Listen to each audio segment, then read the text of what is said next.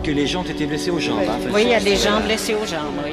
C'est des blessures graves ou c'est très superficiel? Oh, il y en a qui, vous savez, il y a beaucoup de sang qui a coulé. Hein. Maintenant, ce que c'est comme blessure, ça, je ne peux pas dire. Hein. Non, bien sûr, mais est-ce qu'il y a des gens qui ont été fauchés et qui étaient incapables de marcher? Il y a une dame qui était pas... Il y a des gens qui sont sortis en brancard, oui, deux ou trois personnes, je crois, qui sont sortis directement avec les brancards. Maintenant, une avait la jambe en sang, mais ça coulait beaucoup, vous voyez, on ne peut pas... Il y a eu de la panique dans le magasin? Peut-être un petit peu, pas parmi les vendeuses, mais peut-être un peu dans le public. Des gens ont crié. Ce mardi 21 juillet 1981, le sang a coulé au rayon lingerie et confection dames du grand magasin Uniprix situé en plein cœur de Lausanne. Peu avant 16 heures, une bombe dissimulée sous un présentoir à 6 mètres de l'entrée principale a explosé. La déflagration est violente.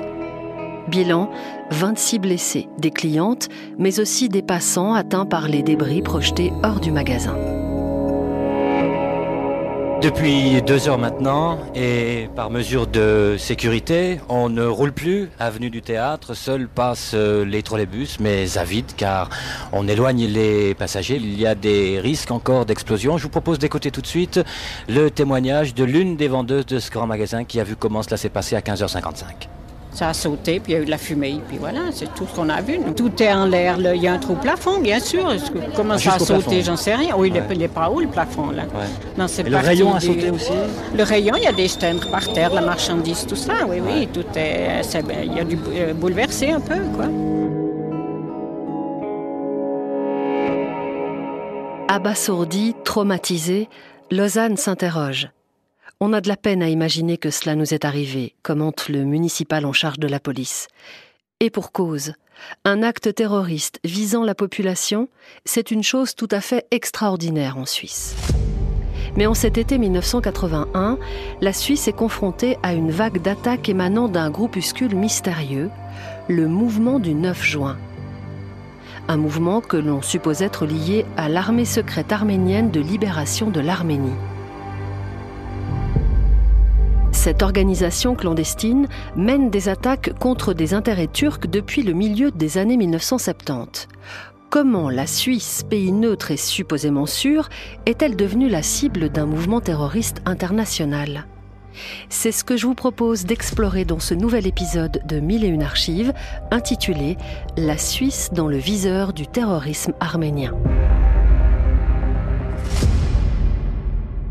L'Europe des années 1970 est marquée par la montée en puissance du terrorisme. C'est ce que l'on a appelé les années de plomb.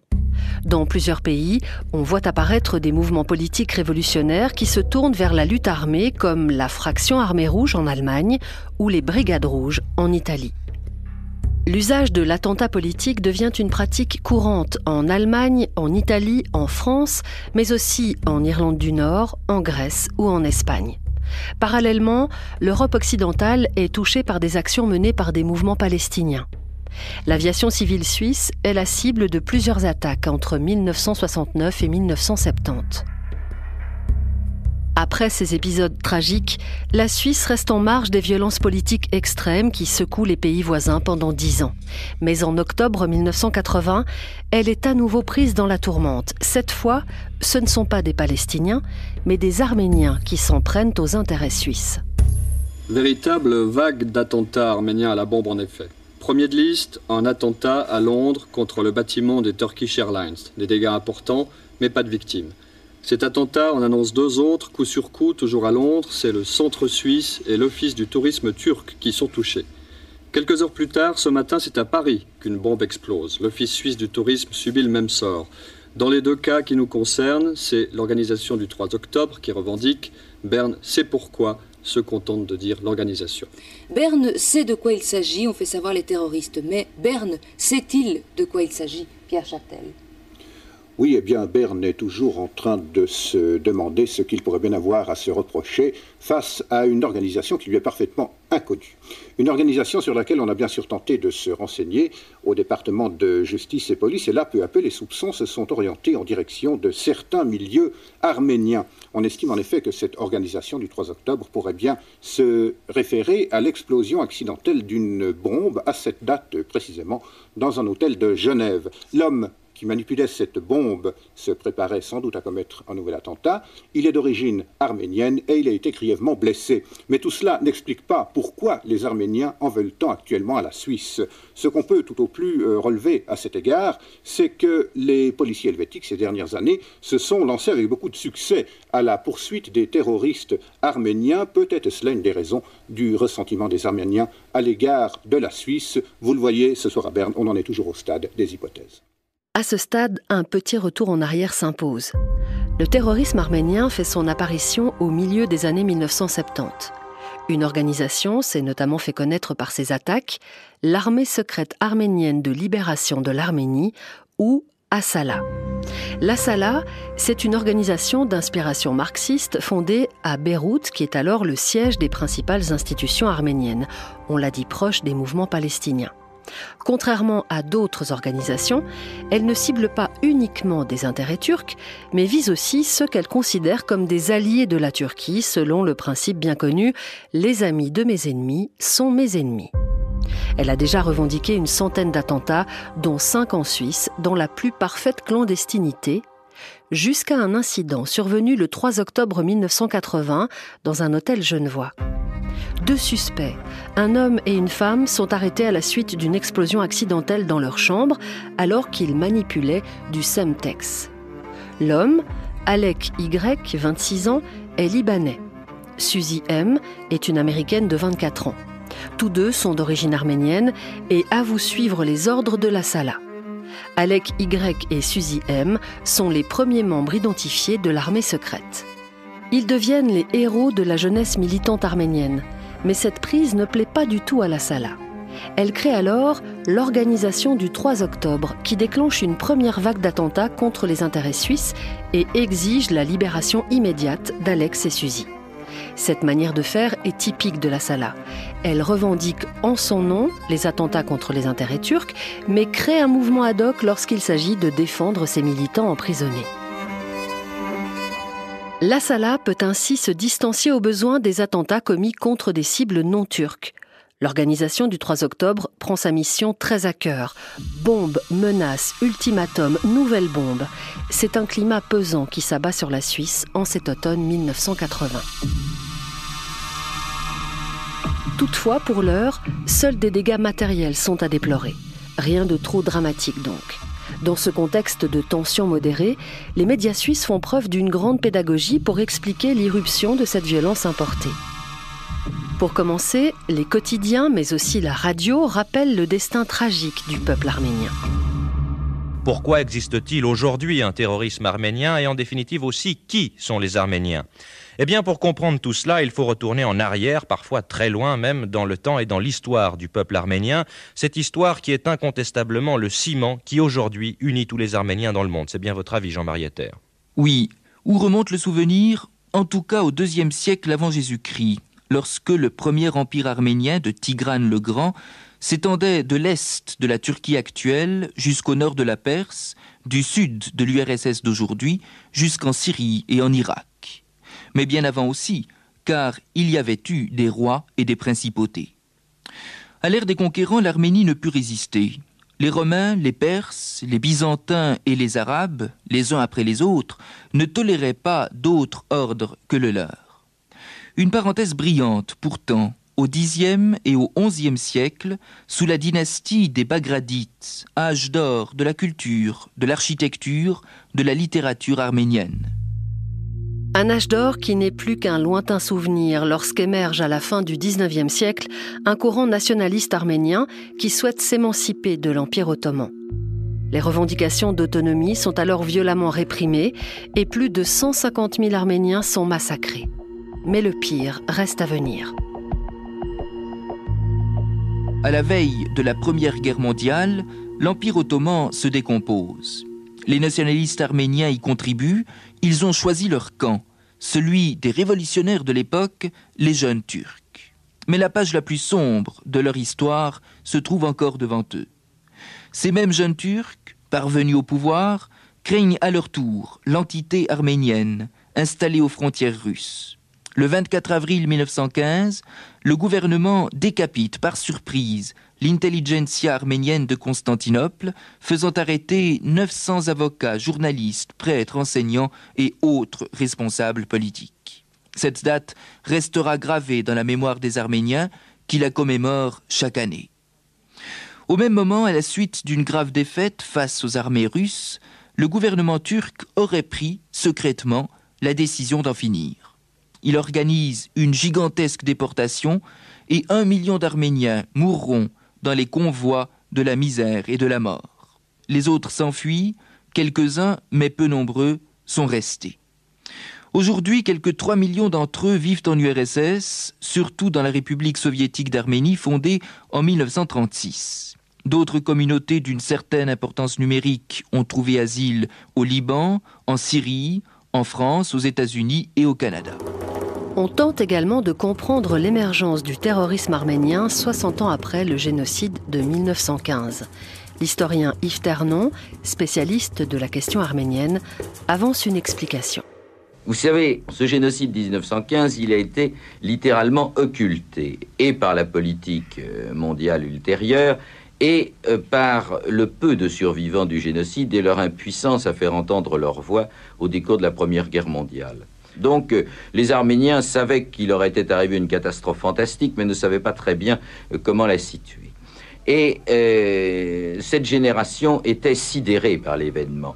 Et quand elle a eu une seconde génération, c'est-à-dire, mettons, ceux qui sont nés dans les années 30, ces enfants arméniens ont été entretenus par leurs parents dans le souvenir d'événements terribles, mais non pas dans la volonté de vengeance, au contraire dans la volonté d'y échapper et de s'insérer dans les pays d'accueil, par exemple en France ou aux États-Unis.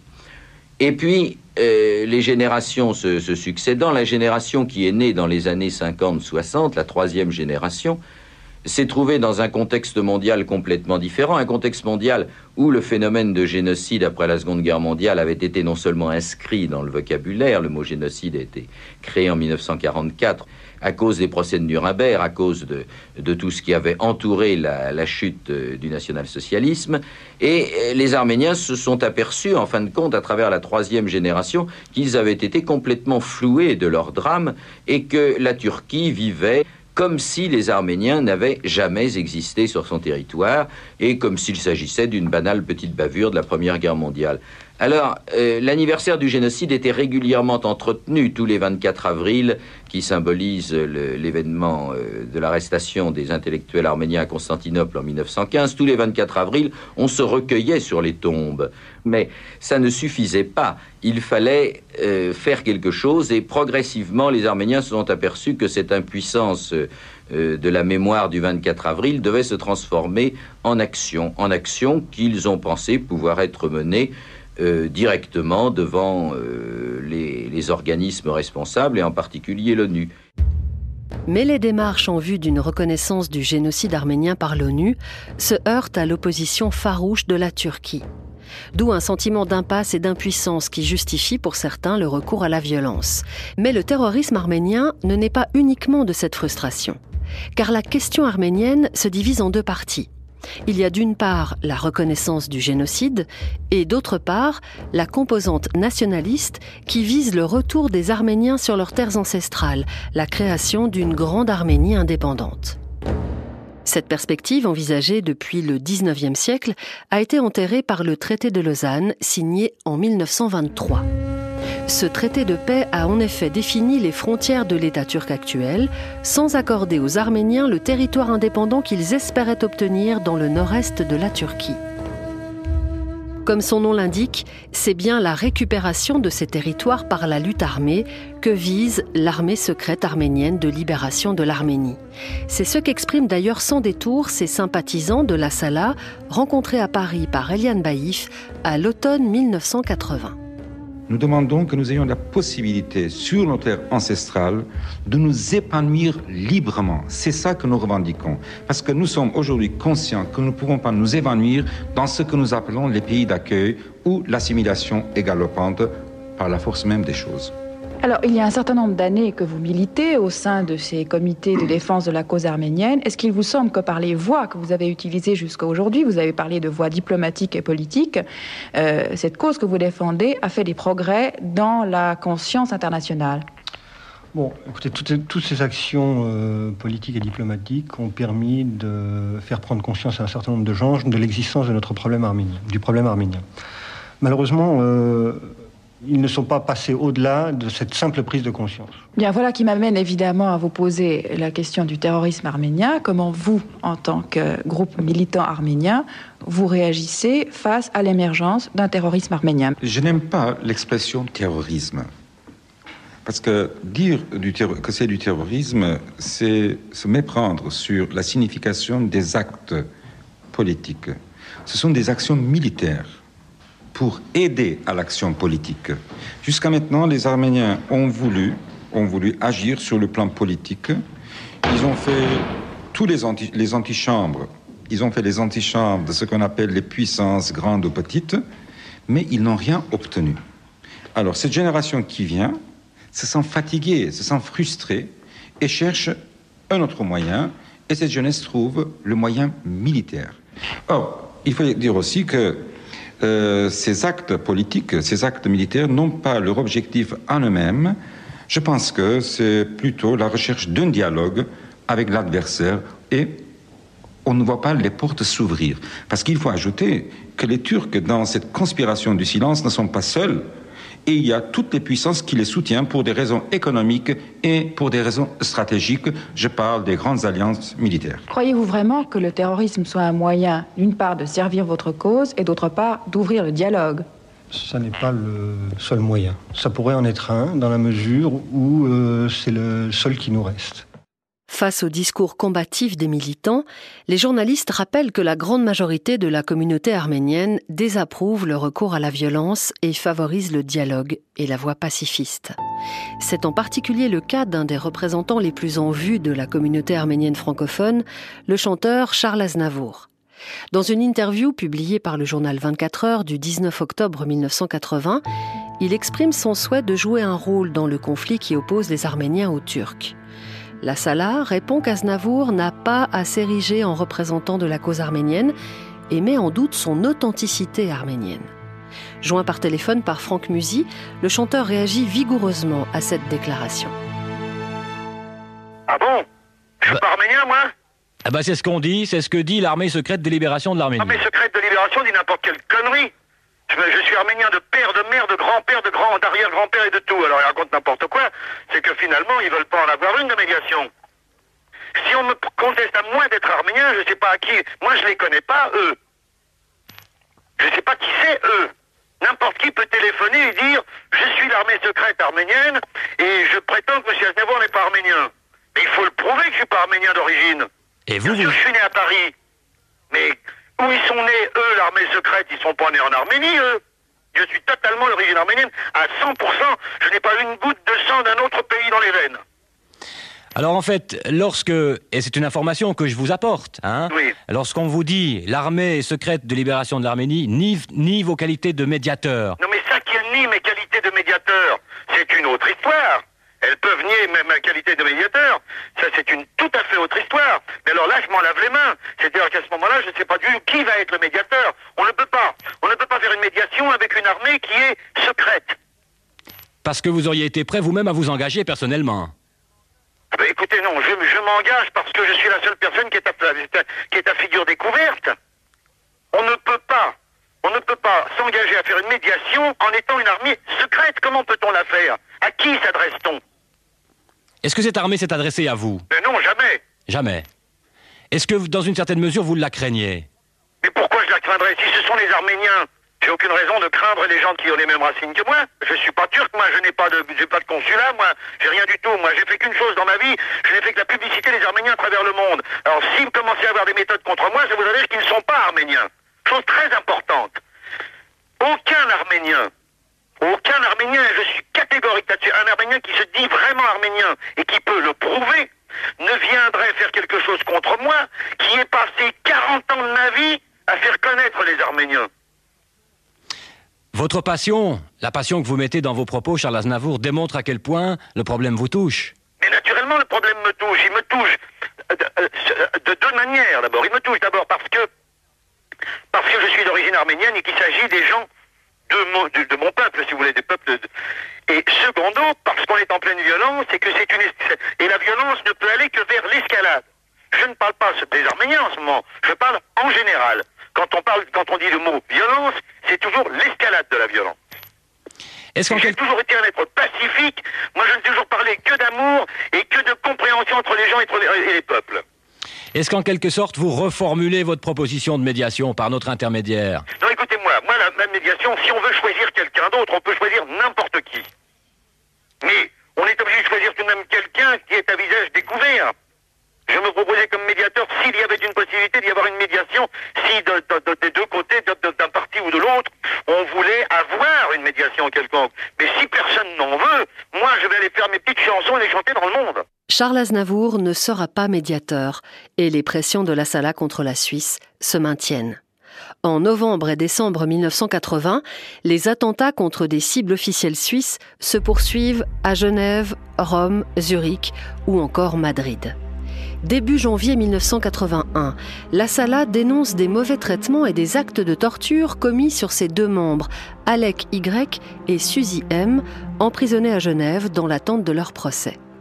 L'armée secrète menace de s'attaquer aux diplomates suisses partout dans le monde si les autorités suisses n'autorisent pas des organisations humanitaires à leur rendre visite. Le CICR rend alors visite aux prisonniers et réfute les accusations de la Sala. Suzy et Alec sont jugés dans la foulée. Ils sont condamnés chacun à 18 mois de prison avec sursis et extradés dans leurs pays respectifs. Au Liban, Alec Y est fêté en héros et devient une figure de proue de la Sala. La Suisse retrouve son calme et espère pouvoir enfin tourner la page des attentats arméniens. Le printemps 1981 est de bon augure. Aucun nouvel incident à signaler. Mais début juin, le jeune Mardiros J arrive à Zurich sur un vol en provenance de Beyrouth. Il sort d'un camp d'entraînement de la Sala au sud Liban. De Zurich, il prend le train pour Genève. Là, il se rend au jardin anglais près de l'horloge fleurie conformément aux instructions. Une femme l'attend, lui désigne une poubelle où est caché un pistolet automatique et une grenade. Puis, pendant plusieurs jours, il surveille le consulat de Turquie et choisit sa cible, Mehmet Yerguz, un employé du consulat qui circule sans escorte. Le 9 juin, en début de soirée, Mehmet Yerguz quitte son travail. Mardiros le suit jusqu'au carrefour du boulevard Helvétique et de la rue Ferdinand Hodler. L'employé du consulat s'engage sur le passage piéton. Mardiros tire et prend la fuite. Plusieurs passants l'aperçoivent, le suivent. Alors que Yerguz gît dans son sang, Mardiros est arrêté par la police genevoise. Une nouvelle fois, la police suisse s'est montrée efficace face au terrorisme arménien. Une nouvelle fois, cela va déclencher la colère de la Sala. Après l'organisation du 3 octobre, c'est le mouvement du 9 juin, une autre émanation de la Sala, qui passe à l'action. Et cette fois, la riposte sera sanglante. Le dimanche 19 juillet 1981, une bombe explose devant le palais fédéral, sans faire de victimes. Le lendemain, une explosion a lieu à l'aéroport de Kloten. Bilan, 5 blessés légers et 300 000 francs de dégâts. Le jour suivant, le mardi 21 juillet, c'est dans un grand magasin de l'avenue du Théâtre à Lausanne qu'une bombe explose, l'attaque que nous avons entendue au tout début de cet épisode. Cette fois, on change d'échelle. L'attentat vise directement la population suisse et le bilan est nettement plus lourd, comme l'indique le commandant de police Ador au micro de Franck Musy. En ce qui concerne le nombre des blessés, on a articulé aux alentours de 17h le chiffre de 10 à 12. Il semble que ce soit un tout petit peu plus élevé quand même. On arriverait à la vingtaine, effectivement, qui ont été donc dispatchés entre le CHUV, les permanences de l'Ouest, de Longeray, l'hôpital de Morges même. En fonction de leurs blessures, il y a un tri qui a été fait sur place dans la mesure du possible. Et ensuite, toutes les ambulances, vous avez vu les ambulances privées, les ambulances municipales, disons, tout le monde a joué le jeu. On a même eu des ambulances de Morges, de Puy, de Renan qui sont venus sur place. Maintenant, le magasin est évacué. Pourquoi est-ce qu'il est évacué et pourquoi est-ce qu'on maintient autour du magasin, à l'heure qu'il est, à 18h, un dispositif de sécurité? Alors immédiatement après l'explosion, la secrétaire, une des secrétaires du magasin a reçu un appel disant qu'il y avait d'autres engins placés dans le magasin. Alors évidemment, on ne peut pas courir de risque, vous avez vu que les éclats ont giclé extrêmement loin, c'est pour ça qu'on a bouclé toute l'avenue du Théâtre, qu'on a fait reculer les gens même qui se trouvaient à la promenade derrière Bourg, et que pour le moment, les policiers sont en train de fouiller, d'autres vont suivre encore avec des moyens, disons, de plus en plus perfectionnés, disons, afin de déterminer si effectivement cette information était vraie, c'est-à-dire s'il y a d'autres engins dans le magasin. Est-ce que vous faites un rapprochement avec l'explosion de Cloton d'hier? Évidemment qu'on ne peut pas s'empêcher d'y penser. Alors est-ce que ça veut dire que c'était le coup d'avertissement hier et puis le coup de semence au second degré aujourd'hui? Pour le moment, ça reste des suppositions qui peuvent paraître plausibles mais qui ne sont en tout cas pas vérifiées puisque personne n'a revendiqué l'attentat pour le moment. C'est dans la soirée que le mouvement du 9 juin revendique cet attentat. Et il ne s'arrête pas là. Le lendemain, une bombe placée dans une consigne de la gare Cornavin à Genève explose aux alentours de 17h30.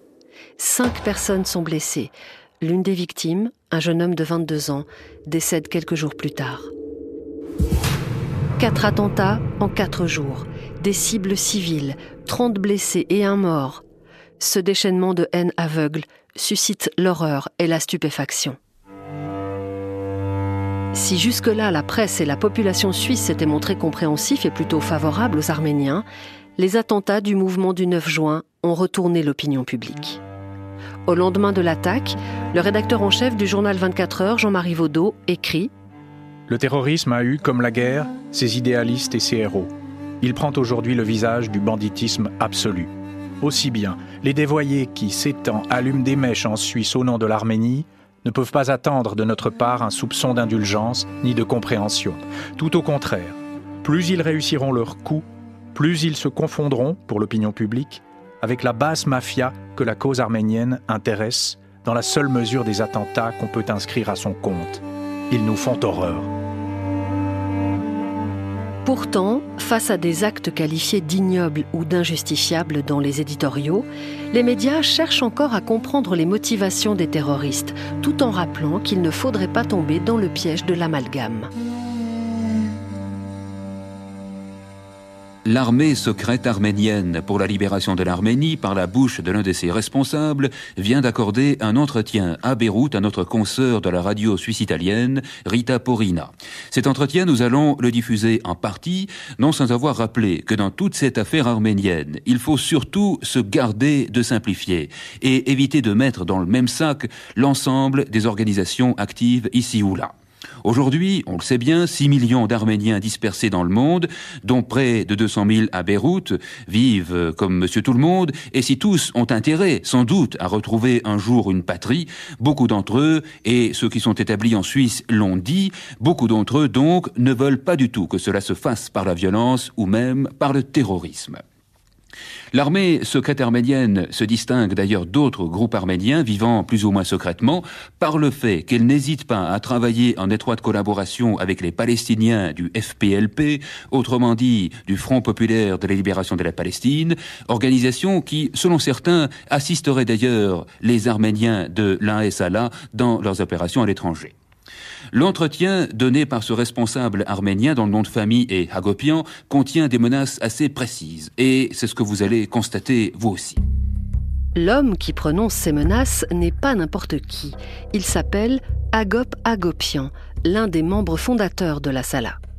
Né en Irak, il a rejoint le Liban pour se lancer dans la lutte armée. Il est le principal interprète de la ligne politique de la Sala et, selon la formule de l'historien Yves Ternon, se pose en prophète armé, rassembleur de la foi nationaliste. La journaliste Rita Porina commence par lui demander pourquoi la Sala commet des attentats contre la Suisse alors que le procès de Mardiros, l'homme qui a tué l'employé du consulat de Turquie à Genève, Mehmet Yerguz, n'a pas encore eu lieu.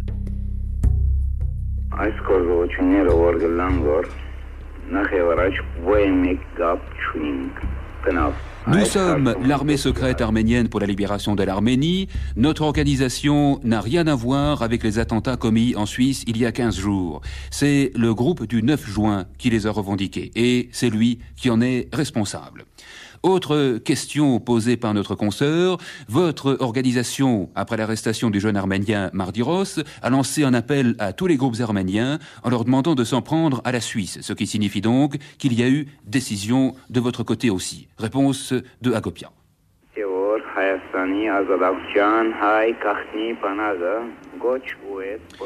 C'est exact, et si nous avons demandé à tous les révolutionnaires arméniens de s'en prendre aux institutions et aux intérêts suisses, c'est à cause des liens qu'entretient le gouvernement suisse avec la Turquie. Nous savons que la Suisse collabore avec le régime fasciste turc, ce que nous avons pu constater par exemple lors de l'arrestation de notre militant à Genève. Quand Mardiros a été arrêté, il a en effet donné un faux nom, mais sa véritable identité, de même que sa photo, ont été publiées le lendemain déjà par la presse turque, alors qu'en Suisse, il n'y avait pas de photo du militant et que son vrai nom n'était pas connu. Et puis, dernière question encore posée à ce responsable de la Sala, si Mardiros est reconnu coupable de l'assassinat d'un employé du consulat de Turquie à Genève, et s'il est emprisonné pour 5 ans au minimum, selon les lois en vigueur aujourd'hui, faut-il considérer que les déclarations que vous venez de faire constituent en quelque sorte une réponse à la Suisse?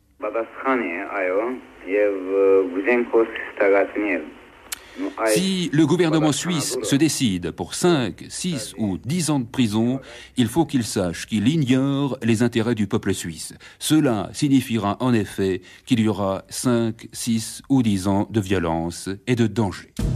Durant l'automne 1981, la Sala poursuit ses actions terroristes en Suisse, mais aussi en France. Une prise d'otage sanglante et spectaculaire se déroule au consulat de Turquie à Paris, un véritable coup médiatique.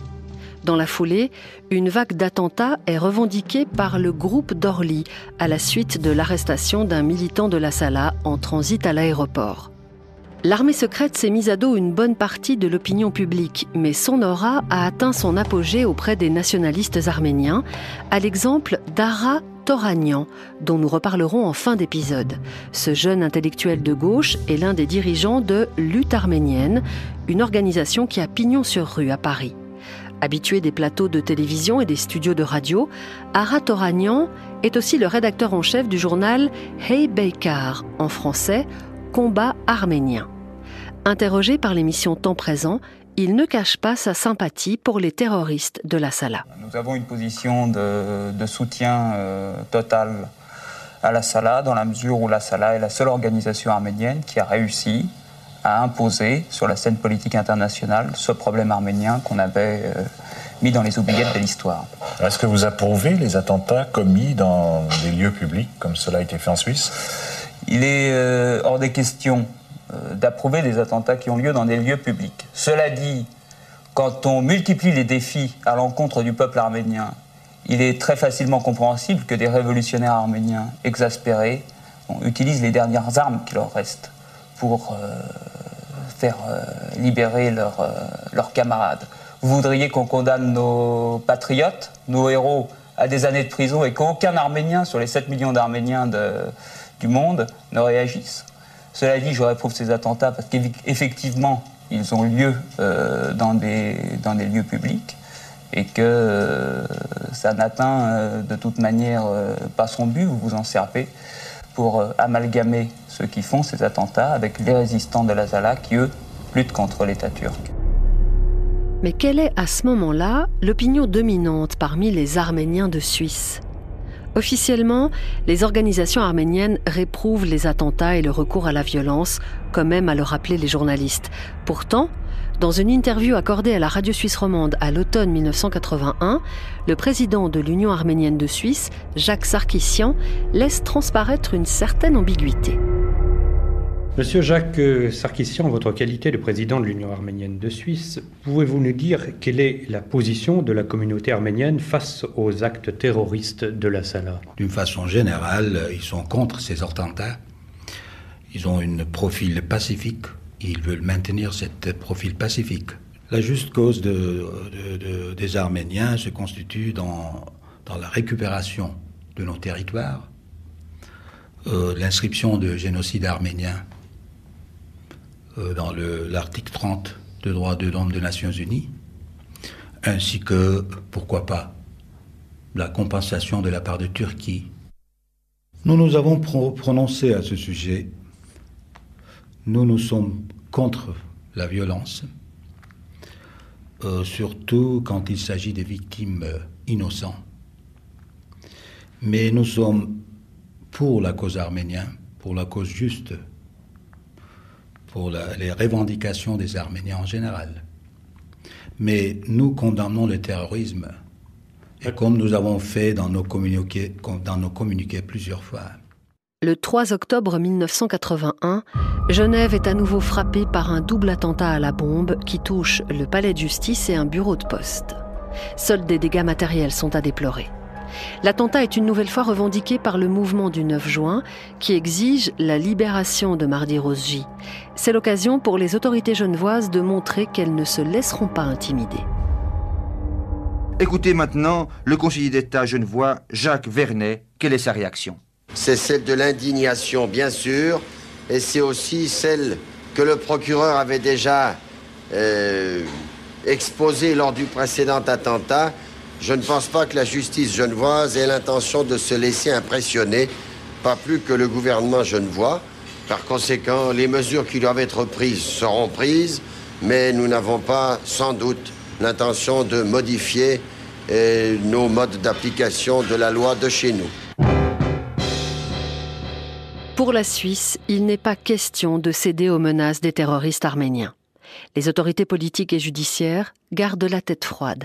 Pas de surenchère sécuritaire, tout au plus une surveillance renforcée autour des ambassades. Pas de procédure spéciale non plus.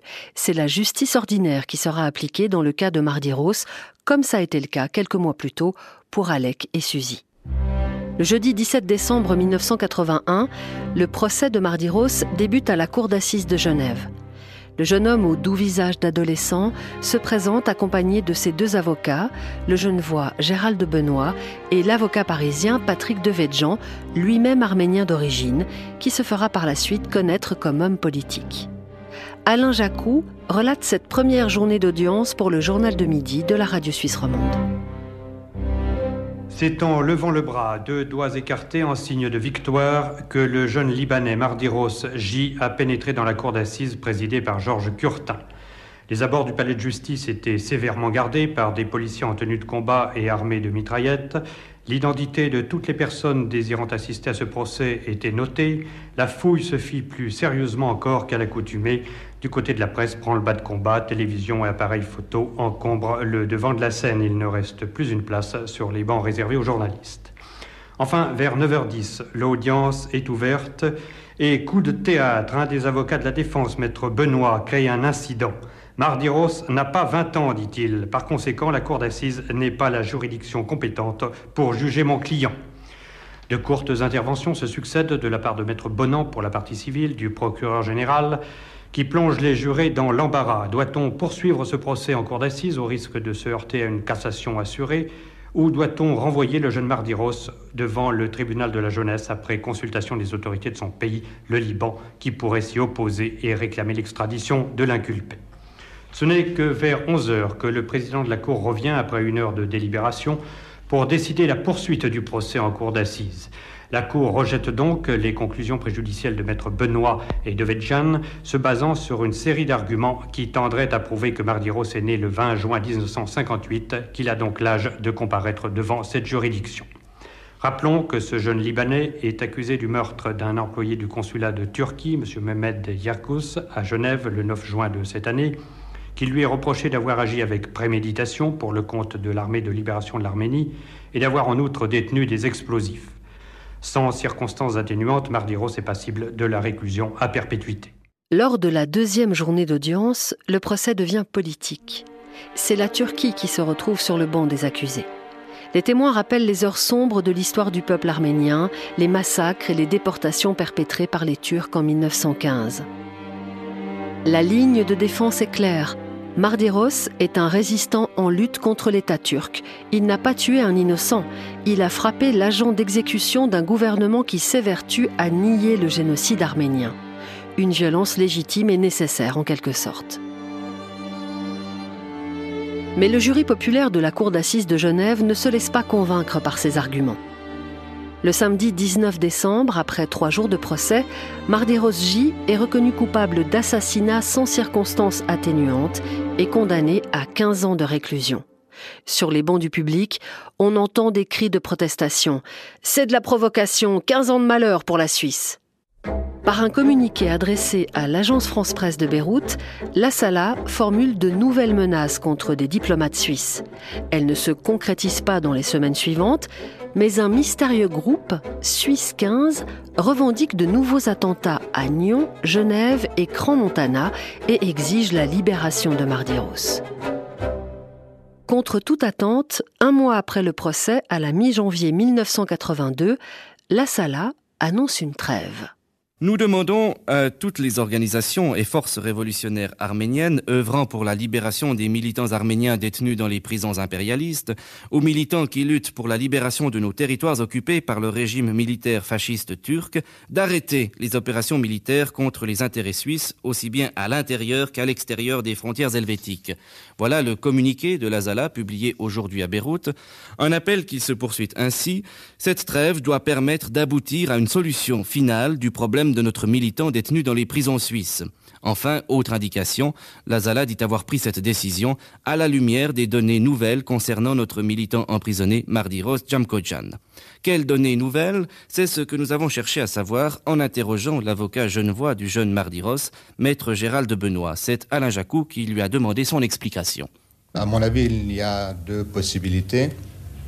D'une part, je dois vous informer que j'ai envoyé à l'avocat parisien, maître Devedjian, l'intégralité du jugement qui a été rendu par la Cour d'assises à Genève, et ceci en date du 14 janvier. Cet avocat aura transmis au groupement des prisonniers politiques arméniens le texte du jugement, et dans ce texte, il y a un élément particulièrement intéressant qui, pour la première fois, ressort. Je vais peut-être vous en donner la lecture. Il est dit qu'il faut aussi prendre en considération que ce fanatisme est exacerbé par l'attitude de l'État turc qui, avec acharnement, persiste à vouloir nier les génocides arméniens et s'emploie par toutes sortes de moyens à contribuer à le dissimuler à la connaissance des peuples. C'est un élément qui a été connu au moment du jugement. C'est un élément qui a été connu, mais il se trouve que maintenant, il est en fait fixé dans un document qui certainement sera distribué partout dans le monde. La mention de l'attitude de l'État turc dans les considérants du jugement est-elle bien la motivation principale qui a poussé la Salah à cesser ses actions terroristes contre la Suisse? Il est permis d'en douter. Quoi qu'il en soit, la Suisse n'a plus été inquiétée par l'armée secrète à partir de ce mois de janvier 1982. Mais ailleurs, en France, aux États-Unis, au Canada, en Turquie, la Salah poursuit son action et s'enfonce dans la surenchère de la violence. Elle s'éloigne du terrorisme ciblé et modéré des premières années de lutte qui avait permis le réveil du peuple arménien et amené la question arménienne sur le devant de la scène internationale, comme l'exprime le géostratège français Gérard Chalian dans l'émission Temps présent. La Salah, comme d'ailleurs d'une façon générale les autres organisations arméniennes qui pratiquent le terrorisme, pratiquent un terrorisme publicitaire, c'est-à-dire qu'il ne s'agit pas d'un terrorisme qui va déboucher sur une prise de pouvoir, ni d'un terrorisme de type déstabilisateur, ni d'un terrorisme de type social. C'est un terrorisme qui veut se faire entendre. Pourquoi est-ce qu'il est publicitaire?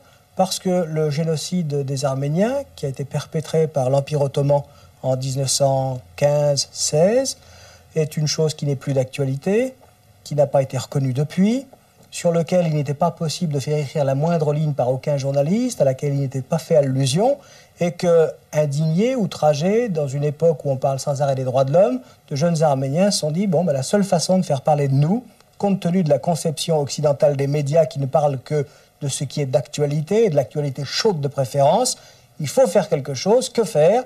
Et ils ont commencé à liquider physiquement les représentants de l'État turc, un État qui, depuis 60 ans, se refuse à reconnaître la réalité du génocide arménien. D'où l'expression terrorisme publicitaire. Une visée publicitaire qui atteint sa cible, puisque la question arménienne a été largement couverte par les médias. Mais la machine s'est emballée. Les attentats lâches, les crimes aveugles révoltent l'opinion publique des pays visés et traumatisent une large partie de la communauté arménienne. Le terrorisme arménien bascule dans la surenchère. Le paroxysme de l'horreur est atteint en juillet 1983 avec l'attentat d'Orly qui fait 8 morts et 56 blessés. C'est aussi le début de la fin pour la Salah. Une partie des militants se désolidarise de cette action et souhaite un retour au terrorisme anti-turc des premières années. Mené par Alek Y, le Libanais blessé en octobre 1980 dans un hôtel genevois, et Ara Toranian, le rédacteur en chef des Beykar, il crée une branche dissidente, la Salah, mouvement révolutionnaire. Agop Agopian, leader historique de la Salah, s'engage alors dans une vendetta contre les traîtres qu'il tente de faire éliminer. Déchiré par ses luttes intestines, la Salah disparaît de la scène terroriste et médiatique. Agopian est assassiné à Athènes en 1988 dans des circonstances qui restent inexpliquées.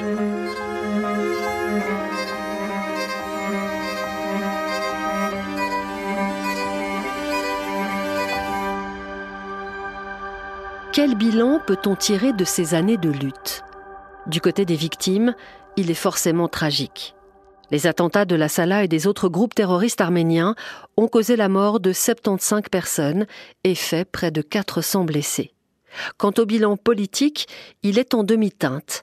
L'ennemi principal, la Turquie, a renforcé sa position négationniste vis-à-vis du génocide et n'a jamais accepté d'entrer en discussion avec le camp adverse.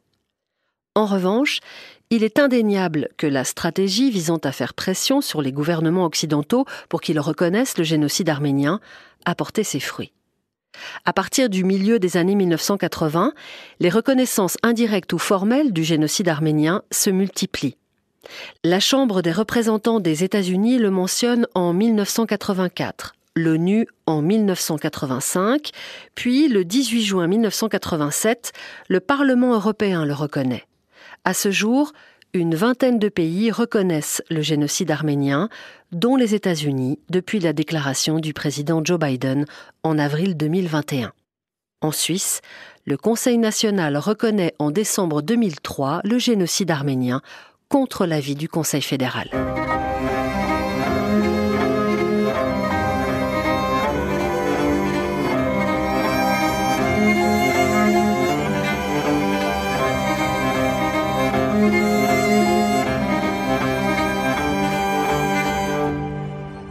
Ainsi s'achève cet épisode de 1001 archives, un épisode écrit par Aurélie Roulet, réalisé par Sandro Lichy avec la voix de Sophie Richard.